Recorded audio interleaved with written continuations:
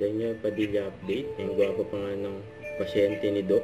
Yung medical home service. And The Med Club PH. Ayan yung video. And DJ, oh. Alam mo bang gusto akong sabihin Home service. DJ. We just had a blood works for DJ because I'm preparing him for cardio clearance for his third molar impacted surgery.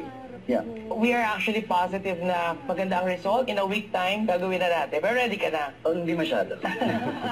Pero we have to do it. We have to do it. Yeah. It's just the surgery itself, di ba? Parang sa bibig mo kasi mangyayari yung surgery eh. So medyo may konting kaba. Pero very confident na kayo na makasagagawa. So, Yes. Yeah. Of course, we are around 3 surgeons, including me. So we will do it, of course, as smooth as possible for you. Mahalaga lang keep yourself healthy in the next few days. Yeah. Because number 1 rule, kapag nag-sedate kami, bawal talaga na meron silang sipon or may ubo. Lalo na ngayon, panahon ng sakit, ano?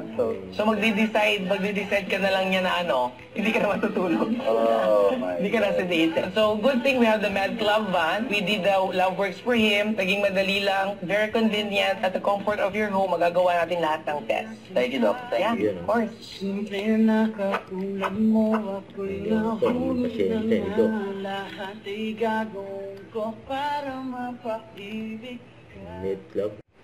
Don't forget to subscribe, click the notification bell for more updates. This is Switch for the Action Vlog. Stay tuned for more videos. See ya.